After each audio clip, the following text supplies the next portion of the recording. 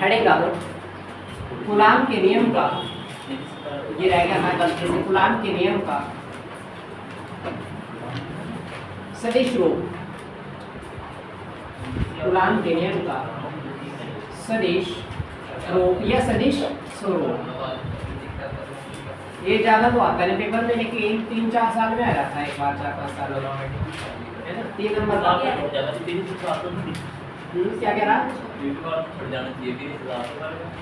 है ना, तो 3 साल से आए नहीं, शायद आ जाए। कुरान के नियम का सदिश रूप। अच्छा एक बात बताओ आप, कुरान के नियम से हम किस चीज़ की गणना करते हैं? क्या चीज़ निकालते हैं कुरान के नियम से? हम बल निकालते हैं ना। अब एक बात बताओ, बल कैसी राशि होती है? सदिश या अदिश, स्केलर या वेक्टर? सदिश अदिश बता दो आप। सदिश, सदिश राशि होती है। सदिश मतलब जिसमें दिशा होती है। हाँ स्केलर नहीं, वेक्टर को सदिश कहते हैं, है ना, और स्केलर को अदिश कहते हैं। ठीक है, वेक्टर होता है सदिश और स्केलर होता है अदिश।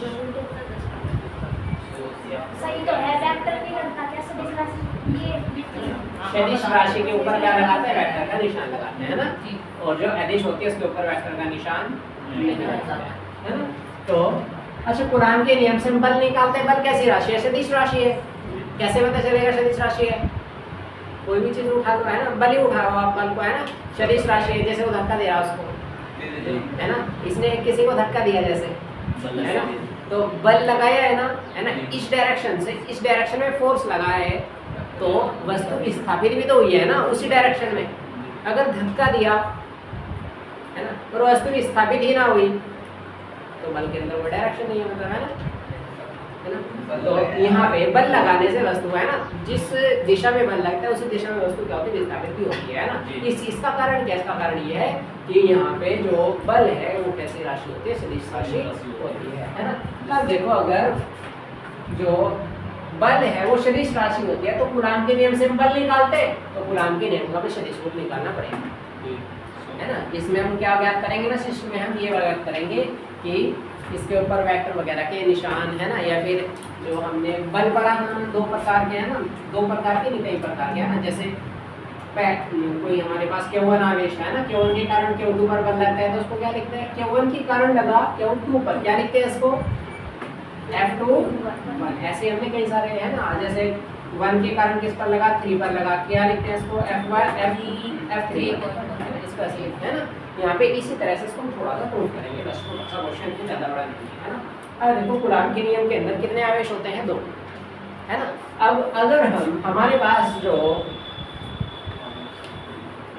आकृतियाँ होती है ना, या हमारे पास जो वस्तु होती हैं वो 3 तरह की होती है ना। एक तो होती है 1D, है ना, एक होती है 2D, एक होती है 3D। नाम सुना?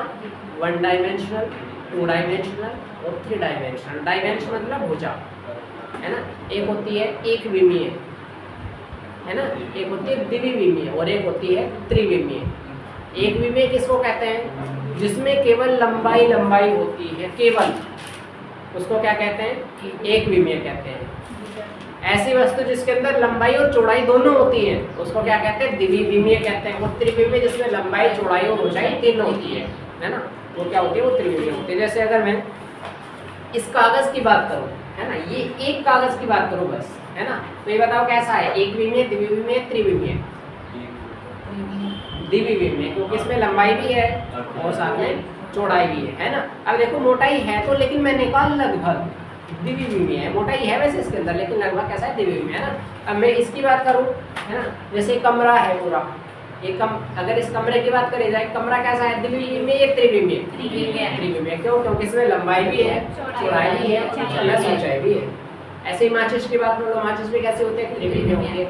एक विमीय क्या होगा? ऐसी चीज जिसके अंदर केवल लंबाई है, चौड़ाई उसकी बिल्कुल न्यूनतम है। ऐसी चीज क्या हो सकती है? बहुत पतला सा तार हो सकता है हमारे पास, कोई भी, जैसे कॉपर के तार होते हैं, बिल्कुल पतला सा, है ना। कॉपर का तार होता है ना इतना मोटा, उसके अंदर 20-22 तार निकलते हैं। अगर उसमें से एक तार बाहर निकल जाए, है ना, और मैं कहूँ इस पे खड़ा होकर चलना है, चल जाएगा, कोई नहीं, है ना। मतलब उसकी लंबाई तो है लेकिन चौड़ाई उसकी नहीं है, चौड़ाई उसकी न्यूनतम है। ऐसी वस्तु को क्या कहते हैं, एकविमीय वस्तु कहते हैं, है ना। समझ आई होगी। एकविमीय जिसमें लंबाई होगी, द्विविमीय इसमें लंबाई और चौड़ाई होगी, और त्रिविमीय जिसमें तीनों चीजें होगी, लंबाई, चौड़ाई और ऊंचाई, है ना। तो यहाँ पे हमारे पास अगर हम बात करें कूलाम के नियम की, तो ये हमें 2D ग्राफ बनाते हैं। ये बनाया हमने ग्राफ, है ना। अब देखो इसके अंदर मान लो ये गैस का मूल बिंदु है ना। इसके अंदर लिखना चाहो आप लिखो, ये क्या होता है, एक्स अक्ष होता है, और ये क्या होता है हमारे पास, वाई अक्ष होता है। अब ध्यान से देखना, अगर हमारे पास ये है, मान लो ध्यान से देखिए, अगर ये हमारे पास दो आवेश हैं, एक Q1 और एक Q2, दो आवेश हैं, ये किसी तल में रखे हैं, तल मतलब पृष्ठ, है ना, किसी तल में रखे हैं ना। मान लो अगर ये वाला आवेश था, इसकी यहाँ से दूरी कुछ ना कुछ तो होगी ना, इसी तरह से इसकी यहाँ से यहाँ तक भी कुछ ना कुछ दूरी होगी। इसका नाम था Q1, इसका नाम था Q2। अब एक बात बता, यहाँ पे ये वाला अगर प्लस का है, ये वाला भी प्लस का है, तो दोनों क्या करेंगे, एक दूसरे पे फोर्स लगाएंगे या नहीं, फोर्स अप्लाई करेंगे ना, बल लगाएंगे ना, बताओ, है ना। तो ये वाला इस पर कितना बल लगाएगा, F, ये वाला इस पर कितना लगाएगा, F, लेकिन पहले ने दूसरे पर लगाया है, तो पर को पहले मतलब दूसरे वाला आगे लिखा है ना। तो 1 के कारण 2 पर लगाए तो F21, और 2 के कारण 1 पर लगाए तो कितना आएगा, F1 2 लगेगा, है ना। ये निकल गई इसकी डायरेक्शन, इसकी कितनी है F12 और इसकी कितनी है F21 है। साथ में क्या एक चीज ध्यान रखनी, इसके ऊपर क्या लगेगा, वेक्टर लगेगा। क्यों, क्योंकि ये कैसी राशि है, वेक्टर राशि है, सदिश राशि है। अब यहाँ से ये यहाँ से यहाँ तक की जो डिस्टेंस है, मान लेते हैं कितनी है, R1 वेक्टर है। यहाँ से यहाँ तक की डिस्टेंस मान लो कितनी है, R2 वेक्टर। अब देखो बस एक चीज और देखनी है इसके अंदर, अगर यहाँ से यहाँ तक की डायरेक्शन की बात करी जाए तो ये कितनी है, देखो यहाँ से यहाँ तक की, अगर 1 से 2 तक की बात कर रहे हैं तो एक बार R21 ले लो, एक बार कितने R12 ले लो, दो आवेश है ना, है ना, Q1 और Q2। तो डायरेक्शन हमें एक बार डायरेक्शन इसके लिए चाहिए, एक बार मतलब एक बार दूरी इस वाले के लिए चाहिए, एक बार दूरी इस वाले के लिए चाहिए, तो दूरी भी दो ले ली है, तो उतना ही। क्यों, क्योंकि जब इसके और इसके बीच की दूरी नहीं बदल रही, दोनों है उतनी, बस लेकर अलग अलग रखी है ना। ये चित्र बनाओ जल्दी से, उसके अंदर देखो,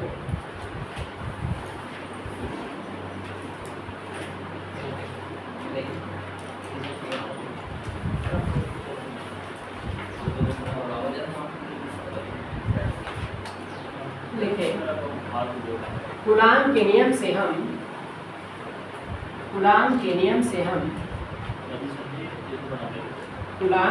से हम बल की गणना करते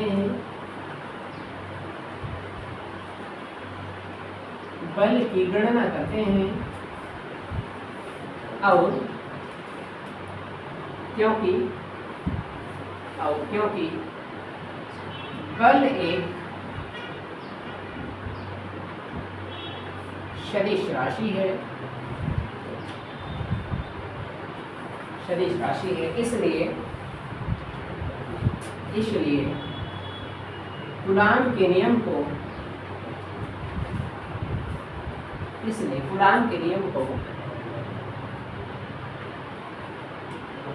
सदिश रूप में लिखा जाता है, लिखा जाता है।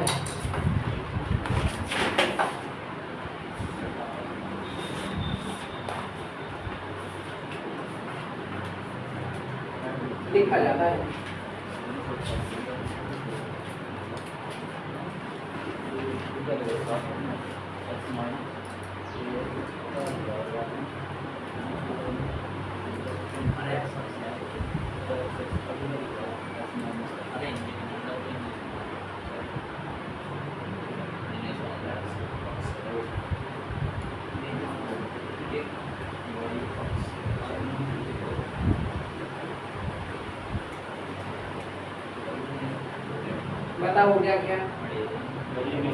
चित्र बनाया थे बस बनाओ जल्दी से। ज़्यादा देने पड़ेंगे।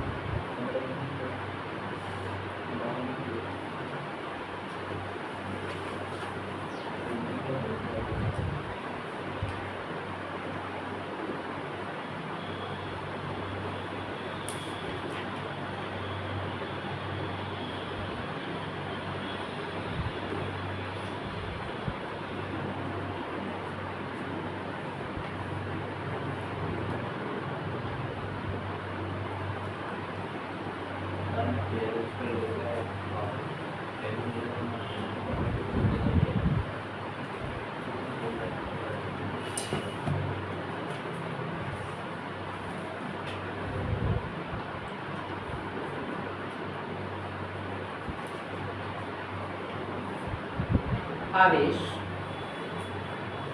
Q1 से Q2 की ओर स्थिति सदिश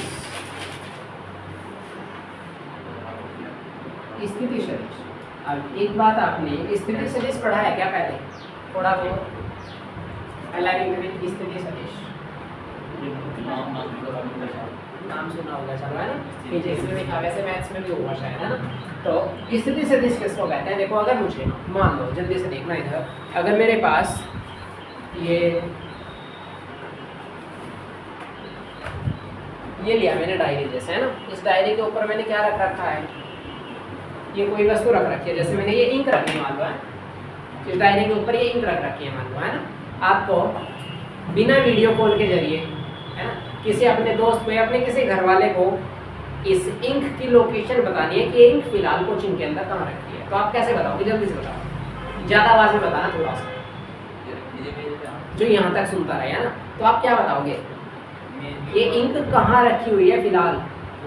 डायरी के ऊपर रखी है। डायरी में रखी नहीं, पूरी की पूरी जानकारी आप कैसे दे पाओगे? कंप्लीट जानकारी जैसी है ऐसे ही बिल्कुल, कैसे? अरे घरी होगा, हमारे पास भी होगा, नहीं तो वहीं बता देंगे, जब कोड करके बताऊंगा मैं मालूम है नहीं, फोन पे केवल ऑडियो कॉल के जरिए सिंपल कॉल से बताना है, कैसे बता सकते हो? आप ऐसे बताओगे ना भाई, क्या ये हमारा है ना टोटल लंबाई है ना, जैसे मैथ्स वाले करते हैं ना कि हमारे पास किसान सेवक इंटर कॉलेज के आसपास है, क्या है, गली है, उस गली में हमारा क्या कोचिंग सेंटर, उस कोचिंग सेंटर के अंदर सबसे लास्ट में बोर्ड के पास टीचर खड़े हुए हैं और साथ में क्या है, उनके हाथ में एक डायरी है ना, और इस कमरे की लंबाई चौड़ाई इतनी है ना, इधर से इतनी लंबाई छोड़ के, इधर से इतनी लंबाई छोड़ के, इधर से इतनी चौड़ाई छोड़ के ये डायरी रखी है, और ये डायरी इतनी बड़ी है, इसकी लंबाई इतनी है मान लो, है ना, मान लो 15 सेंटीमीटर और 10 सेंटीमीटर इसकी चौड़ाई है ना, और उस पे डायरी पे भी इसकी चौड़ाई, इसकी लंबाई को एक तरफ से 6 सेंटीमीटर छोड़ के और एक तरफ से 3 सेंटीमीटर छोड़ के, और चौड़ाई को 2 और 2 सेंटीमीटर छोड़ के, ये जो इंक है इस स्थान पर इसे एक निश्चित पॉइंट पर रखी हुई है। कंप्लीट जानकारी ऐसे दी जाएगी ना, मतलब बिल्कुल कंप्लीटली बताना है, तो ऐसे बता पाओगे ना, बिल्कुल सही तरीके से बता सकते हो ना, है ना। तो ये क्या है, ये स्थिति सदिश कहलाता है। स्थिति सदिश मतलब दिशा को बताने वाला, और स्थिति तो स्थिति होती है ना, तो स्थिति सदिश क्या होता है? किसी वस्तु की स्थिति बताने वाला सदिश स्थिति सदिश कहलाता है। पता बात समझ आई? किसी वस्तु की स्थिति के बारे में बताने वाला सदिश क्या कहलाता है? स्थिति सदिश कहलाता है ना। तो हमारे पास यहाँ पे हमें क्या निकालना है? स्थिति सदिश निकालना है। कौन सा? जो Q1 से Q2 की तरफ जाता है, इधर से Q1 से Q2 की तरफ जो स्थिति सदिश जा रहा है उसके बारे में हमें क्या करना है? निकालना है। अब बताओ जल्दी से, स्थिति सदिश हम किधर से किधर, अब मान लो ये यहाँ से इसका पॉइंट A है, ये पॉइंट इसका मान लो कितना है? B है। अब देखना स्थिति सदिश कितना आएगा, कौन सी दिशा से कौन सी दिशा में गए? A से B में, तो स्थिति सदिश कितना आएगा? A B आएगा। और जब भी आपको स्थिति सदिश निकालना होता है, ध्यान रखना बिंदु, है ना, अगर मूल बिंदु साथ में दे रखा है, तो अगर स्थिति सदिश निकालना है और मूल बिंदु साथ में दे रखा है, तो अगर AB का स्थिति सदिश निकालना है, 3-4 बता रहा हूँ, एक PQ का निकालना है, एक RS का निकालना है, मान लो 3 स्थिति सदिश निकालना है ना, तो यहाँ पे अगर हमें RS PQ का निकालना है, मान लो PQ का स्थिति सदिश कैसे निकलेगा? पहले Q रखो, फिर P रखो, और अगर O दे रखा है तो साथ में क्या लगाओ? O, यहाँ में क्या लगाओ? O, और बीच में माइनस। तो बात समझ आई? क्या पहले बाद वाला आगे लिखा, फिर पहले वाला बाद में लिखा, दोनों के साथ हो लगा, बीच में माइनस। इसका कैसे निकलेगा? OS माइनस O ऐसे निकल जाएगा क्या? इसी तरह से इसका स्थिति सदिश कितना निकलेगा? OB माइनस OA, ये निकल गया। इस तरह से बात समझ आई? OB कौन सा था? यहाँ से लेकर यहाँ तक। OA कौन सा है? यहाँ से लेकर यहाँ तक। तो मुझे यहाँ से यहाँ तक की डिस्टेंस निकालनी है, तो वो इसमें से स्पॉट आगे निकल जाएगा। आएगा समझ, है ना? स्थिति सदिश। अब देखो इसके साथ हम क्या लगा सकते हैं, है ना? ये वेक्टर राशि है ना हमारे पास, तो इस सदिश हमने क्या कहा, देखो ध्यान से देखना, हमने कहा सदिश, और सदिश है तो वेक्टर होगा, इसलिए इसके ऊपर वेक्टर लगाना जरूरी है। वेक्टर लगा दिया, इसके ऊपर भी क्या लगेगा? वेक्टर लगेगा, इसके ऊपर भी क्या लगेगा? वेक्टर लगेगा। तो कितना आएगा? AB वेक्टर बराबर कितना? OB की वैल्यू बताइए जल्दी से। OB की वैल्यू कितना है? R2 वेक्टर, और इसकी कितनी है? R1 vector. बताओ बात समझ आई क्या? ये आ गई हमारी AB की वैल्यू। इसी तरीके से हम किसकी वैल्यू निकालेंगे? BA की निकाल लेंगे।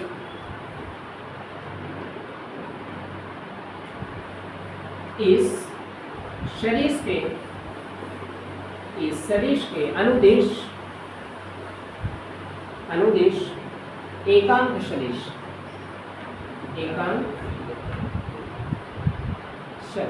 एकांक सदिश किसको कहते हैं? ऐसा सदिश जिसका परिमाण एक होता है। एकांक मतलब एक, उसको क्या कहते हैं? एकांक सदिश कहते हैं। परिमाण किसको कहते हैं? जैसे अगर हमारे पास ये दे रखा है, मान लो ऐसी कोई संख्या दे रखी है, R बराबर 2i प्लस 3j प्लस 4, ऐसी कोई संख्या है मान लिया, सिंपल से, है ना?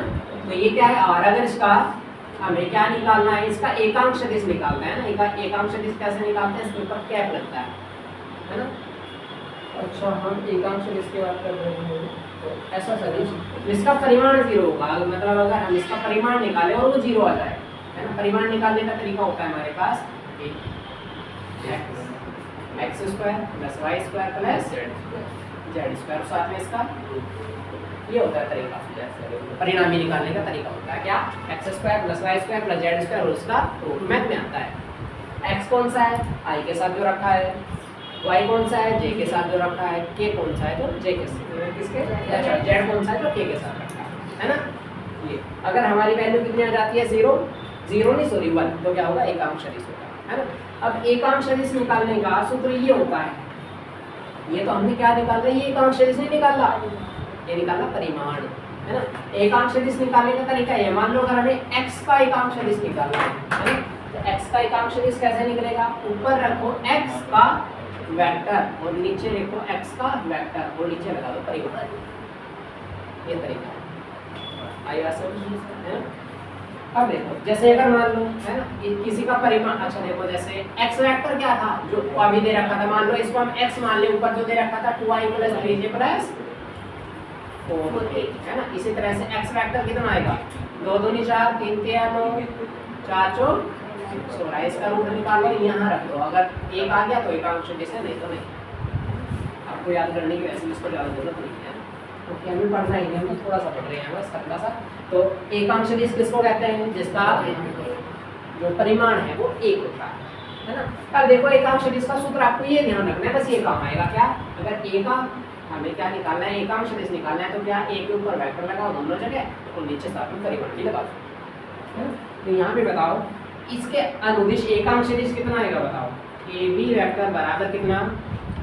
यहाँ पे अगर हमें इसका एकांक सदिश, तो AB का निकालना है ना, एकांक सदिश कितना आएगा? AB vector upon AB vector का परिमाण। और ध्यान रखना एक चीज बिल्कुल ध्यान से देखना, अगर किसी अगर कोई संख्या है x, उसके ऊपर वेक्टर भी लग रहा है और परिमाण भी लग रहा है, तो उसका मान कितना? 1 होता है। 1 नहीं, सॉरी, वो संख्या ही जो कि तो रहती है, परिमाण इसको हटा देता है वेक्टर। आई बात समझ, है ना? तो यहाँ पे बताओ इसके ऊपर वेक्टर भी लगेगा, परिमाण भी लगेगा, तो हटा दूं क्या इसको? ये हटा, AB बराबर साथ में क्या लगा दो अगर लगाना चाहो तो कि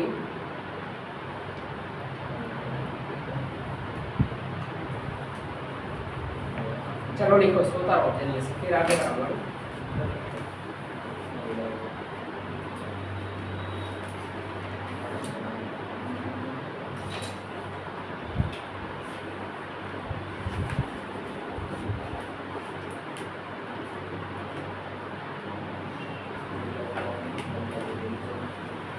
अच्छा अगर ए बी के बराबर मुझे यहाँ कुछ लिखना है ना, जैसे R12 लिखा जाएगा या R21 लिखा जाएगा?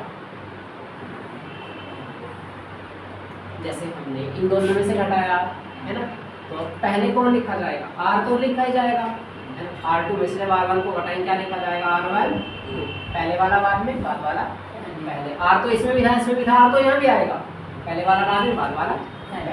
मतलब ए बी जो है उसको हम R12 भी कह सकते हैं ना। या तो आप यहाँ ये कह दो क्या कि ए बी का कैप निकालना है, या आप ये कह दो क्या कि R12 का कैप निकालना है। मतलब बात समझ आए क्या? आई है ना, क्योंकि ए बी का मान कितना R12 है, यहाँ से निकाल लिया हमने। तो ए बी का कैप निकालना, एकांक सदिश निकालना है, एकांक सदिश का मतलब कैप आएगा है ना।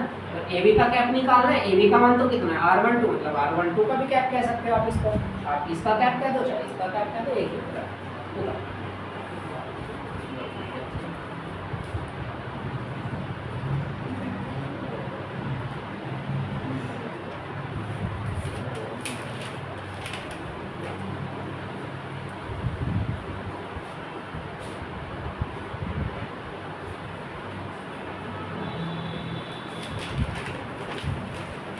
अब बताओ अगर R12 का कैप निकालना है कैसे निकलेगा? R12 का वेक्टर और बटे में कौन? R12 सही है ना, ऐसे ही तो बताया कि x का निकालना है जैसे कैप, या a का कैप निकालना है क्या? a के ऊपर वेक्टर, इसके ऊपर वेक्टर और साथ में परिमाण, और ये इसको हटा देता है तो कितना? वेक्टर और नीचे बिना वेक्टर वाला। तो ये को दिखा देता हूँ, ऊपर वेक्टर वाला और नीचे बिना वेक्टर वाला पूरा हो जाएगा। R12 की वैल्यू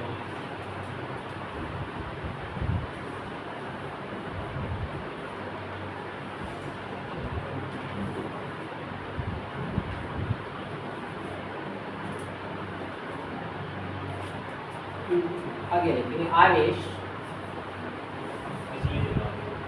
हाँ इसीलिए आवेश Q2 से एक बार तो हमने क्या निकाला? Q1 से Q2 की तरफ निकाला, एक बार क्या Q2 से Q1 की तरफ निकाल लेंगे, और सिर्फ हमारा जो क्वेश्चन है ना बराबर हो जाएगा। Q1 Q1 इस Q2 से Q1 के अनुदिश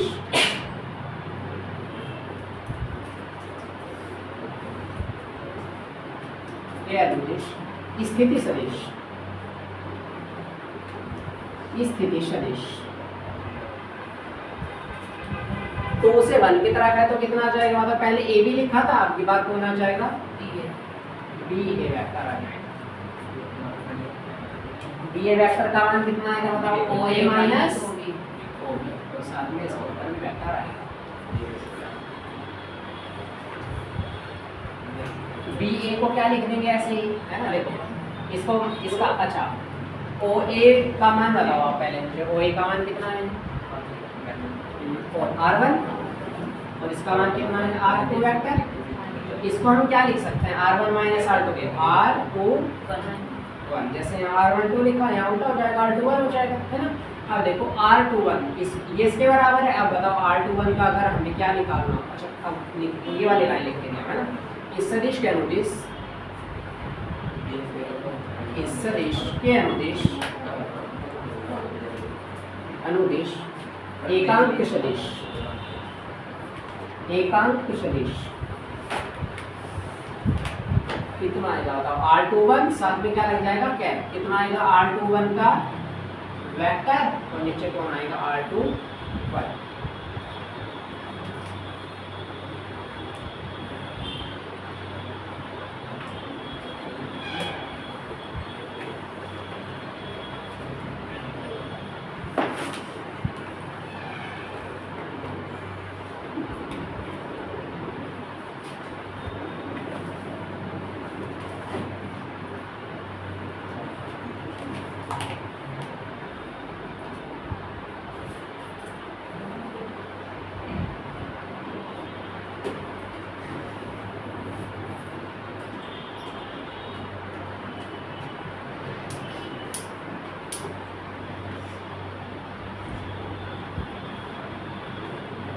बताओ क्या?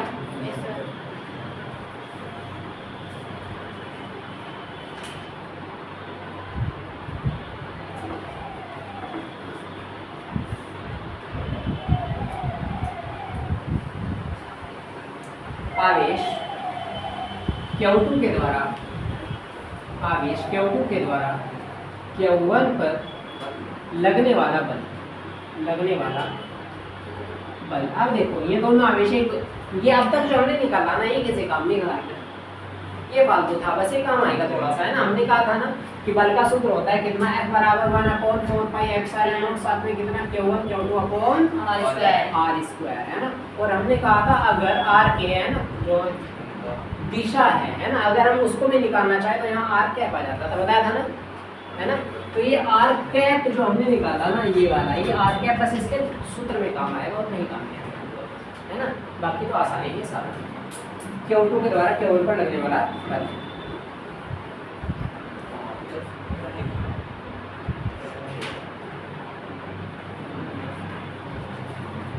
अब देखो F बराबर, है ना, किसके कारण लग रहा है बल, Q1 पर लग रहा है, किसके कारण, 2 के कारण। क्या लिखेंगे, F1 2, क्योंकि 1 पर लगा है तो क्या लिखेंगे, F1 2, साथ में क्या वेक्टर बराबर कितना, 1/4 पाई एप्सिलॉन नॉट, साथ में कितना Q1 Q2 अपॉन कौन आएगा, r स्क्वायर आएगा वैसे तो, है ना। अब देखो वैसे हमारे पास Q2 के कारण Q1 पर लग रहा है, Q2 मतलब क्या है, B, है ना, और Q1 मतलब क्या है, A, मतलब B से A की तरफ चलना है ना। और B से जब A की तरफ चलते थे तो यहाँ पे दूरी कितनी होती थी, B से, अच्छा चलो मैं 1 मिनट ये लिख देता हूँ, BA स्क्वायर लिख दूँ, क्या बताओ, BA लिख दूँ, दूरी तो वैसे आ रही है, लेकिन B से A की तरफ चल रहे तो BA लिख दिया मैंने, केवल डायरेक्शन बताने के लिए। तो क्या लिखा, BA स्क्वायर, और साथ में क्या लिखेंगे यहाँ पे बताओ, BA का क्या, अभी रख दूंगा BA की वैल्यू में, BA की वैल्यू कितनी है, R ही है ना, R ही है इसका मतलब, है ना। तो देखो F बराबर 1/4 पाई एप्सिलॉन नॉट, साथ में कितना Q1 Q2 अपॉन में BA का मान बताओ कितना आया था, ये BA का मान कितना था यहाँ पे, R21 था ना, तो BA की जगह कौन रखेंगे, R21 और इसका स्क्वायर, और यहाँ पे क्या लिखेंगे, R21 का कैप ऊपर।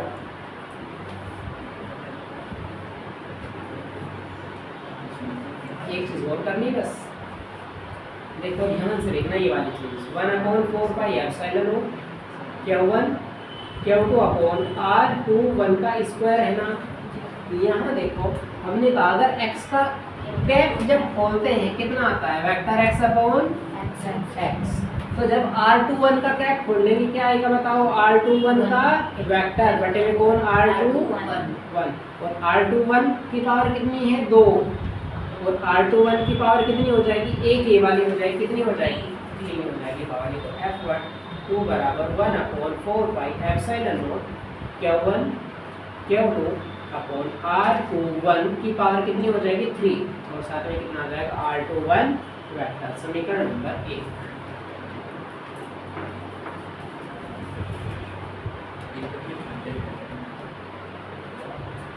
समीकरण नंबर 1 ऊपर से भी डालूं,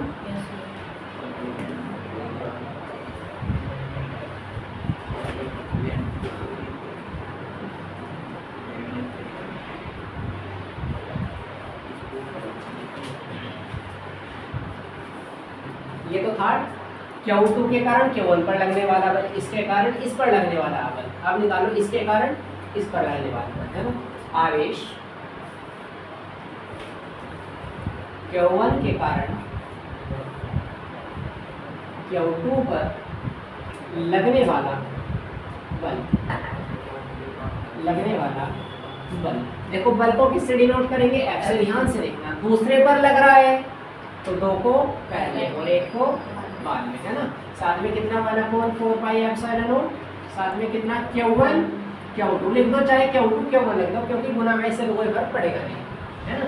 अब साथ में देखो नीचे कौन आएगा, Q1 के कारण Q2 पर लग रहा है, इसके कारण इस पर लग रहा है, और इसके कारण इसके यहाँ तक की डिस्टेंस कितनी हो जाएगी, AB, और AB की वैल्यू हमने कितनी निकाली थी भाई, BA की वैल्यू R21 है, तो AB की कितनी हो जाएगी, उल्टी। देखो BA की वैल्यू ये है तो AB की कितनी, R12 हो जाएगी, उल्टी हो जाएगी ना। यहाँ क्या लिखेंगे, R1 इसका स्क्वायर और साथ में R12 का कैप, सही है क्या।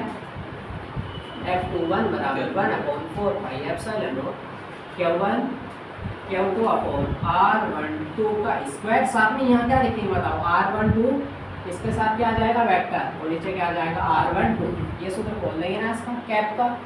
तो यहाँ बचेगा F बराबर 1/4 पाई एप्सिलॉन नॉट, साथ में कितना Q1 Q2 अपॉन R12 इसकी पावर 2 और एक ये कितनी हो जाएगी 3 हो जाएगी पावर, है ना। और साथ में कितना बचेगा R12 इसका वेक्टर, समीकरण नंबर 2।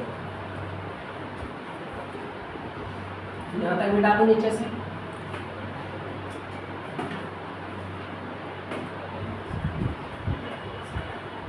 सर F21 के साथ वेक्टर लगेगा ना सब में? हाँ वेक्टर लगेगा, ये छूट गया गलती से।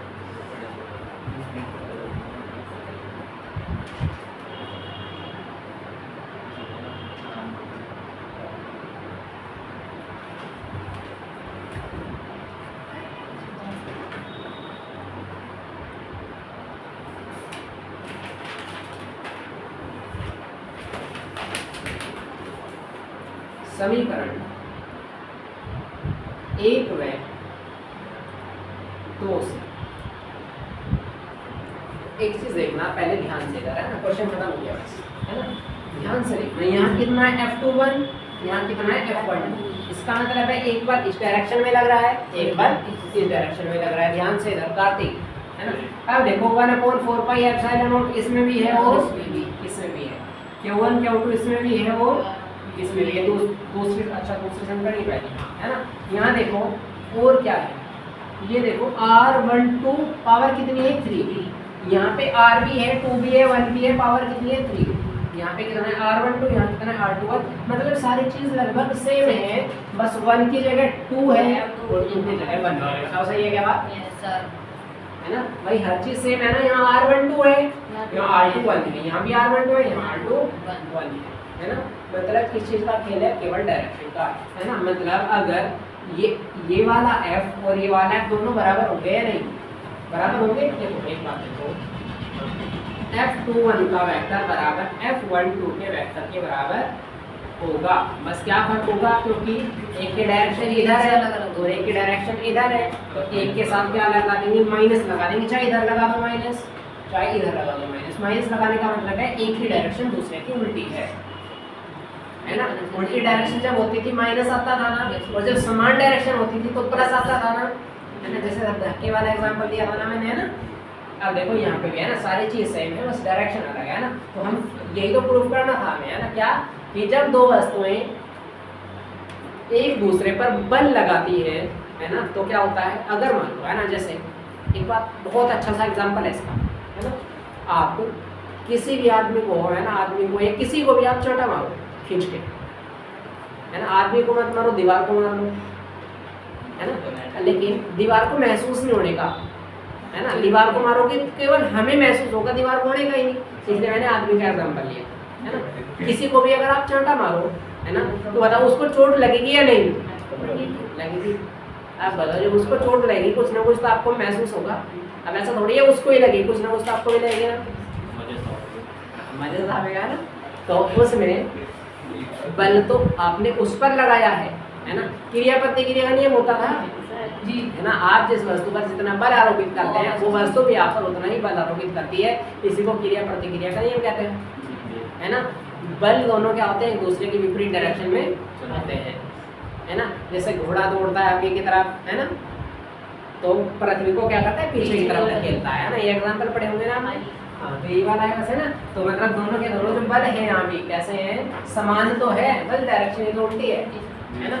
तो जितना ये वाला, अच्छा चेंज कब हो सकते हैं बल, अगर ये दोनों आपस में हिलना शुरू करते हैं। लेकिन हिल तो रहे नहीं है तो स्थिर रखे, है ना। क्योंकि हम पढ़ के आ रहे हैं स्थिति द्रुत की, मतलब आवेश स्थिर है, और जब तक आवेश स्थिर है तब तक बल दोनों का बराबर रहेगा, है ना। बल डायरेक्शन अलग अलग होगी, लिखेंगे इसके अंदर।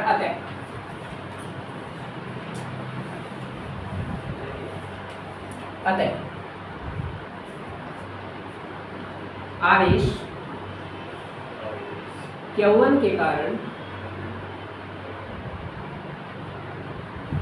Q2 पर लगने वाला बल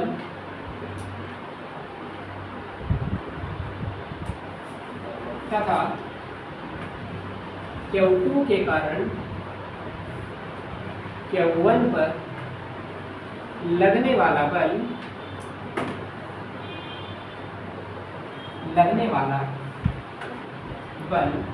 समान परंतु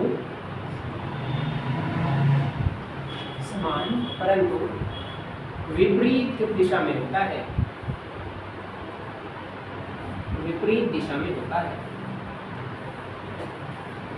अर्थात क्या लिख सकते हैं, F12 बराबर या F21 बराबर कितना, माइनस F12। ये सूत्र